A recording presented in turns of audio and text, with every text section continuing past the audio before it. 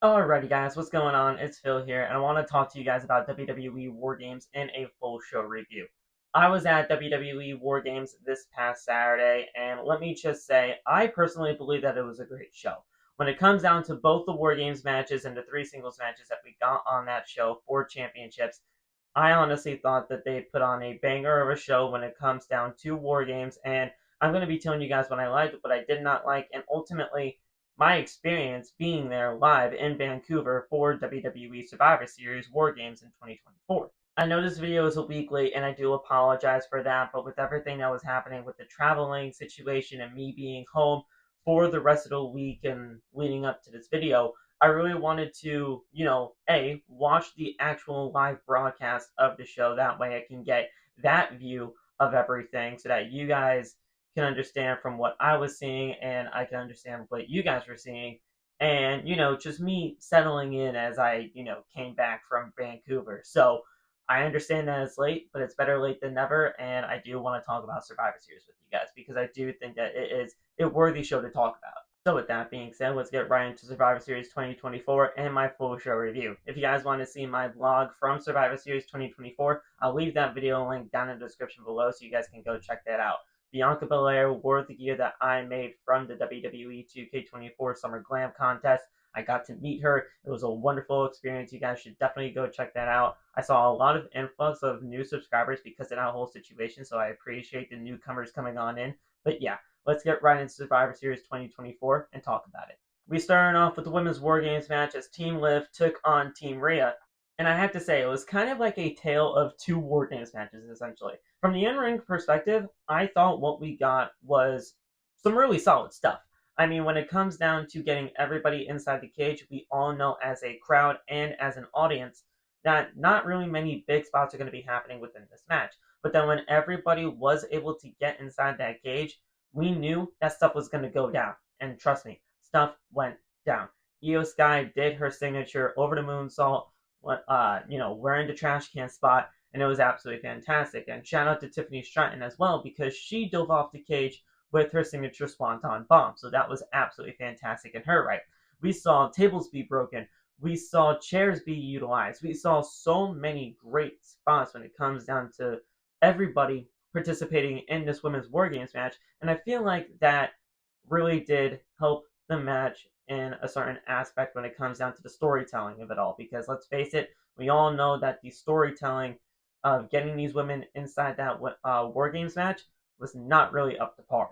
But the ending of this match left a lot of fans to be desired, especially Liv Morgan fans. Liv Morgan got a riptide from Rhea Ripley through a table to end the match once and for all, 1, 2, 3. And a lot of people were really not happy about it because people feel that Liv Morgan is just honestly being quote unquote buried as the women's world champion.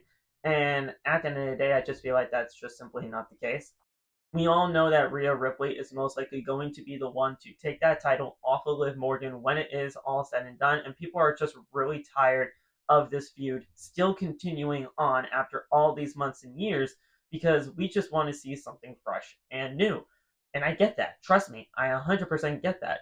But when they have an agenda of getting Rhea Ripley back that Women's World Championship, that's exactly just what they're going to be doing. And that's just what's going to be happening here. But I do see where you guys are coming from, and I do think that we're ultimately going to be getting that Women's World Championship off of Liv Morgan by either, the Raw on Netflix, the first Raw on Netflix, or they could try to potentially push it all the way to WrestleMania. But I really would not do that. I would just get this thing off of Liv Morgan right away, and I would just do this right at the first Raw on Netflix because Liv Morgan will most likely retain against Io Sky at Saturday Night's main event in 2 weeks. No disrespect to Io, I absolutely love her. In fact, I would absolutely kind of love to see Io get the championship, but I just don't think that's going to happen. So we're probably going to see Liv versus Rhea on the first Raw on Netflix, and then we will see a new championship, changing hands when it comes down to that for Rhea to get her title back. But at the end of the day, I think the feud was very well done between Team Liv and Team Rhea. I just think, you know, things kind of got shuffled a little bit along the way in order to make this not really seem all that, important in the grand scheme of things to get these women inside a WarGames match, but at the end of the day, I felt like the action was fine. And, the finish, to me, was the right call because now they can use this as a catalyst to get Liv and Rhea at it one more time for the championship, and we can finally end the feud once and for all. Before we move on, though, I really would like to say that I really did feel like a Tiffany Shrine cash-in should have happened here.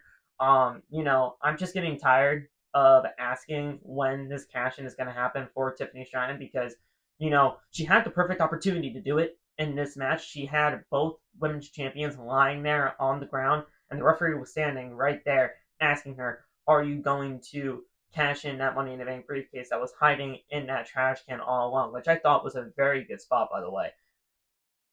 I'm just getting tired of it, and ultimately, I'm just never going to ask anymore when she's going to be cashing in that briefcase because at this point, it's just not going to happen.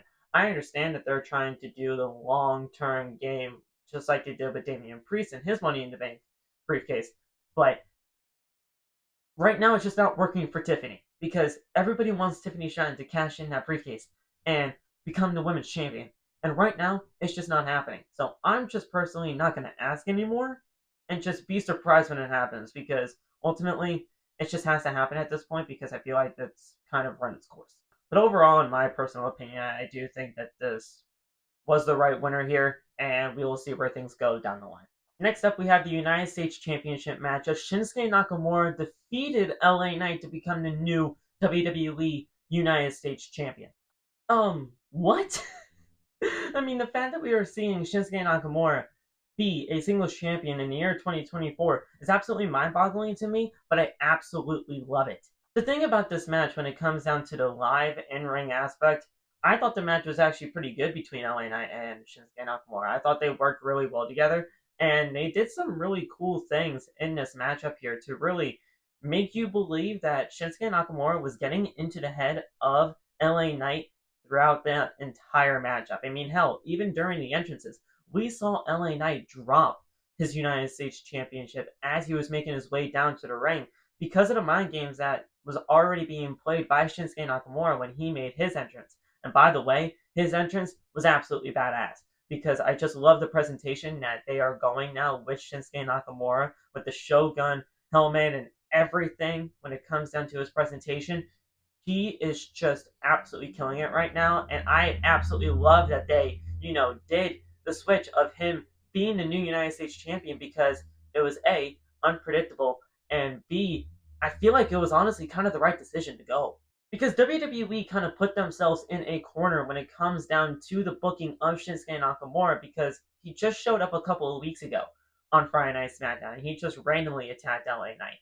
So when it comes down to LA Knight and his United States Championship run, I'm not saying that it was a bad run by any means, but I mean, he ultimately did everything that he could do when it comes down to the United States Championship. So I really did feel like a new United States champion being crowned in Shinsuke Nakamura was the right way to go because you really could not have Shinsuke lose on his comeback and ultimately, make this new gimmick that he's trying to work with, a dud right out the gate. So they kind of had to give the United States Championship to Shinsuke Nakamura in a sense. So 100% I do think that this was the right call to make to have Shinsuke Nakamura win the United States Championship. And ultimately, I'm very excited to see what he can do with that US title because with this new gimmick that he has right now, with this kind of like Great Muta-esque type thing that he's got going on, I really do think that he has all the tools to make this work, and WWE is obviously pushing him to the moon when it comes down to the presentation.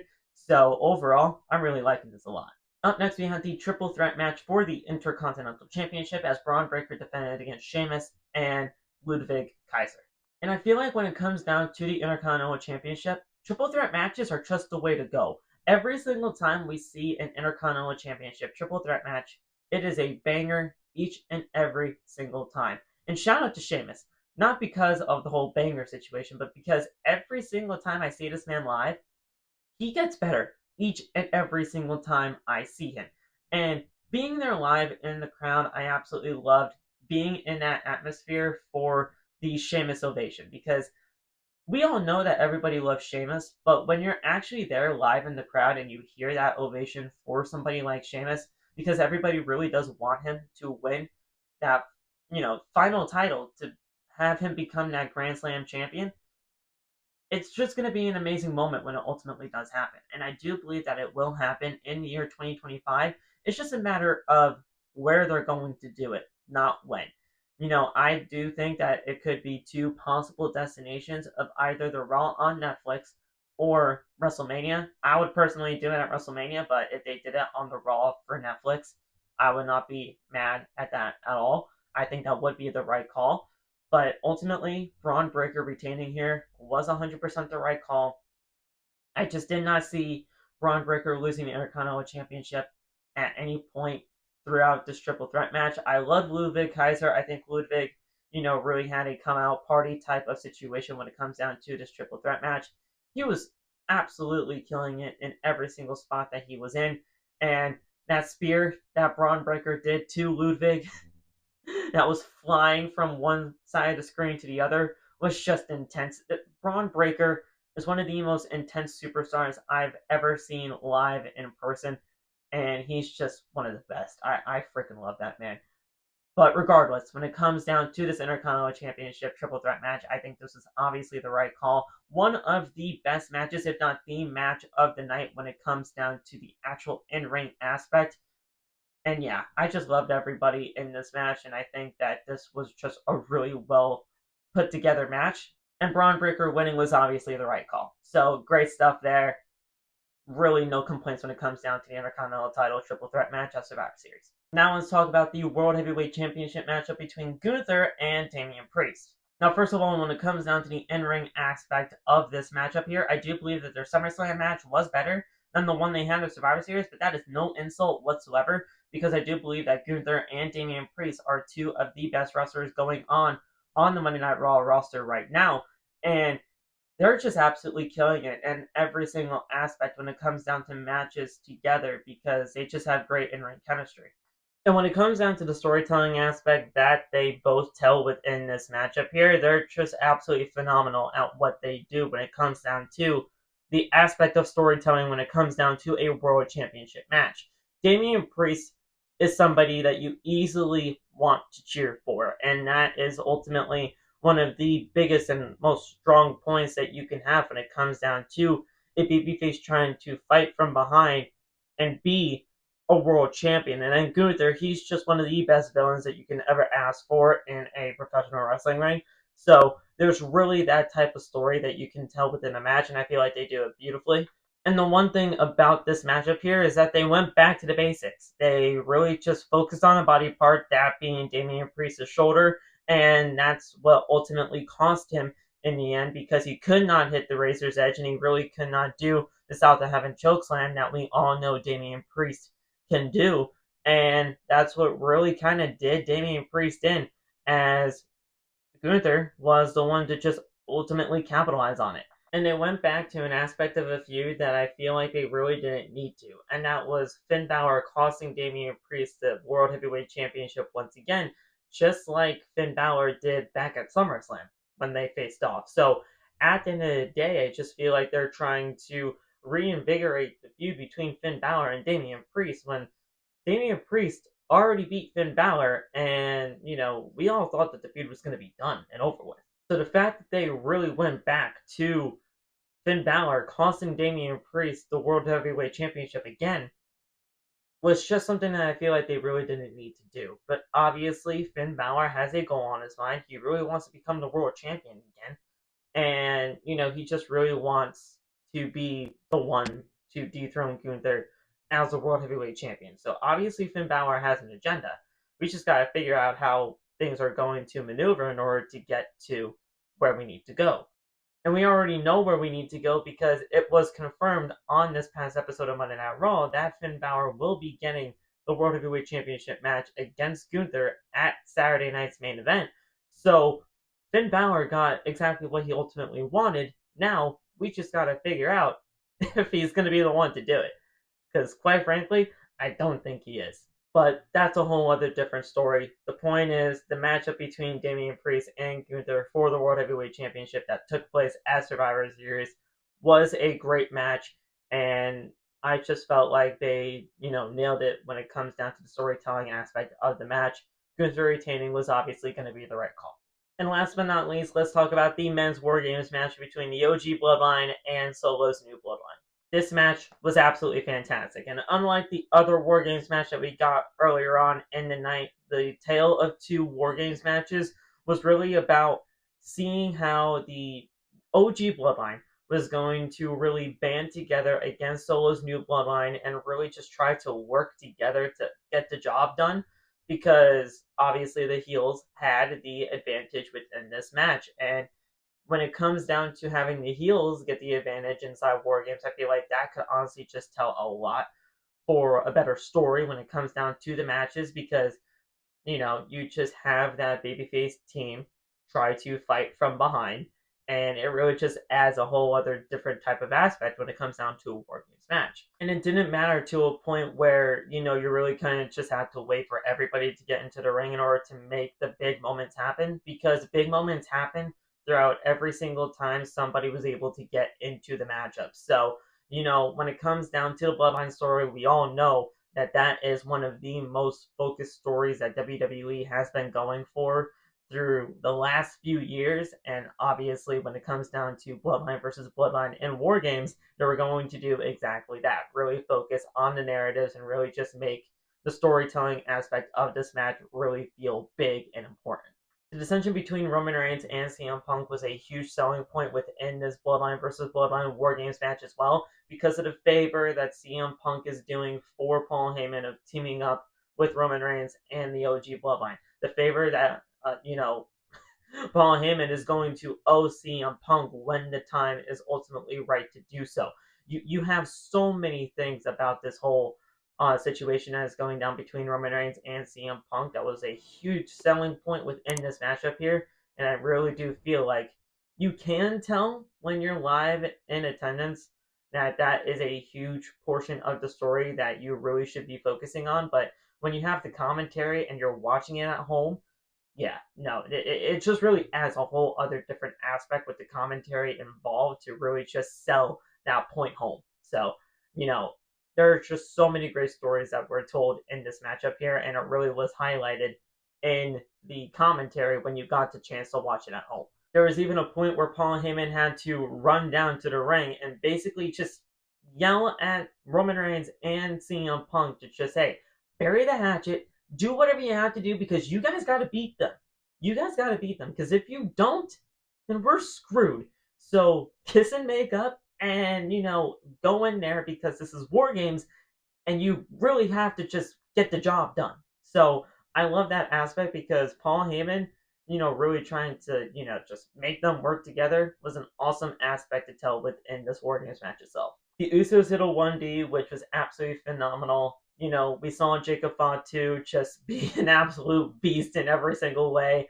And, there were just some really, really good stuff that went on within this match. If you guys watched Friday Night SmackDown, you guys would know that we did have some injuries out of the War Games match. We saw Bronson Reed break his foot from the top of the steel cage when he did a tsunami that ultimately missed when CM Punk dragged Roman Reigns away from the table, thus, the foot being broken for Bronson Reed. So, hopefully everything is all well and he recovers very quickly.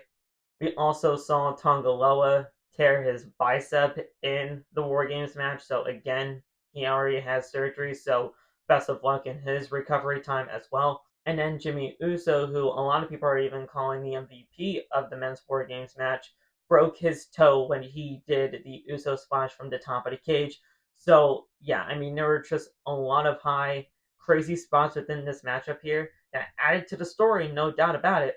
But obviously, injuries happen in pro wrestling, and we all wish him the very best in their recoveries. Chaos happens inside War Games. It's bound to happen. And, the ending sequence was really the best part of this entire match. Solo Sikoa was in the ring, and he was basically playing Judas in this sense, because Roman Reigns was just trying to lure Solo Sikoa back into the family, give him a big old hug. And then when Solo just said, no, I am not going to acknowledge you because, this is my bloodline now, that's where everything kind of just, went to shit for Solo Sikoa, and he got hit with every single finisher imaginable. He got hit with super kicks. He got hit with a Ludwig kick. He got hit with a GTS by CM Punk, and then the ooh-ah happens, and a spear from Roman Reigns, which ends the match 1-2-3, as the OG Bloodline was able to pick up the victory inside WarGames, defeating Solo's Bloodline. It was fun and chaotic. Everybody got the job done, and ultimately, we just got a really solid ending to what was a chaotic WarGames match to end what was a really solid Survivor Series. I thought that this show was very well paced, and being there live in the arena, I felt like the crowd was hot, but I do agree with you guys. Now that I got a chance to watch it at home, it did not translate very well on TV at all, and I feel like that just kind of dampened the feeling of this pay-per-view for a lot of people. But ultimately, I loved it, and I think this was a really good show. So at the end of the day, where does this all go? So I ultimately feel that we are just going to be getting that one-on-one matchup between Roman Reigns and Solo Sikoa for the Ulafala, and it's just really a matter of where that takes place and not a matter of when it takes place, because we all know that that match is ultimately going to happen so that Roman can get that Ulafala back. It's just a matter of when they're going to do it. I think that's probably going to be happening at the Rumble. That's my guess, when it comes down to the best possible destination for it. I think it's a little bit too soon to do it at Saturday night's main event, but if you did want to build this up, drag this out a little bit longer to really, make it feel worthy enough as a PLE type huge matchup for the Ulafala, do it at the Royal Rumble. That makes a lot of sense to me. And then when it comes down to the favor, I want to get, my thoughts on the entire favor for CM Punk and Paul Heyman. What is Paul Heyman going to owe CM Punk when it is all said and done? I think it's a main event spot at WrestleMania. I really do. Because ultimately, we all know that Roman Reigns does not have a championship right now in the grand scheme of things for WWE. We all know that with, everything that has happened right now, CM Punk has been wanting to do a main event at WrestleMania for years. This is really what ultimately kind of, set him back in the first place and, made him leave professional wrestling for all those years. So, at some point, when we get closer to WrestleMania time, CM Punk is going to do what he needs to do to make sure that he can get a main event match at WrestleMania. And then when it is all said and done, he will call Paul Heyman for that favor to really make sure that that is ultimately going to be the main event spot at WrestleMania. We can see that matchup for the World Heavyweight Championship. If Seth Rollins somehow gets the World Heavyweight Championship back in his hands and CM Punk possibly wins the Rumble, there you go. You have a main event match right there at WrestleMania between CM Punk and Seth Rollins for the World Heavyweight Championship. The main event spot of WrestleMania is something that we can really be seeing between, this whole favor situation for CM Punk and Paul Heyman. Because Paul Heyman has led to Roman Reigns getting many main events at WrestleMania. Or we could even see a matchup between Roman Reigns and CM Punk at WrestleMania. And that could be a main event match at WrestleMania if The Rock is not going to be at WrestleMania this year. So we could be seeing a main event matchup between those two. We can be seeing a main event matchup between CM Punk and Seth Rollins for the World Heavyweight title if they want to make it for a championship. There are so many possibilities for what this favor could be. And maybe, just maybe, we can even see a heel CM Punk out of it if they really did want to go down that route. And if that matchup between Roman Reigns and CM Punk happens, you can really make that story well known to a fact that, look, I know you love Roman, but at the end of the day, because this is my favor that I'm asking of you, you're going to help me take down Roman Reigns. You're going to help me take down the one man that really got you back up off your feet and became a wise man once again. You're going to help me defeat the man that you have been so supportive of over the last 4 to 5 years. So that's what I ultimately think could be the thing. And I guess we'll see where it all goes from that point out. But that's what I thought about WWE Survivor Series. Like I said, this is better late than never. I ultimately loved what Survivor Series was this year. I understand that it was underwhelming to a lot of people, but ultimately, I think they really did progress a lot of things when it comes down to storyline aspects, and we're really starting to cook something up for WrestleMania this year in Las Vegas.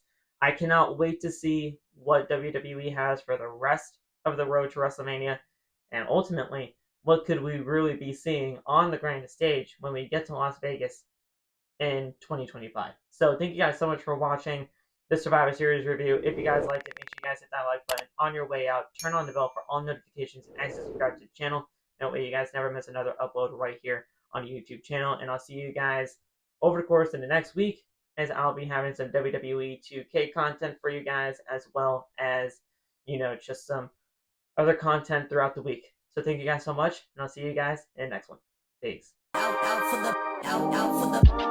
the